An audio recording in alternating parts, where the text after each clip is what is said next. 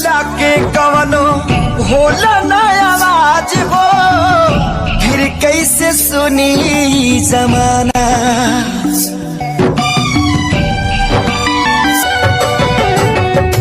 हो जाइबू दोसर के तू कुछ दिन के बाद बा, दिल पगला रोई बन दीवाना।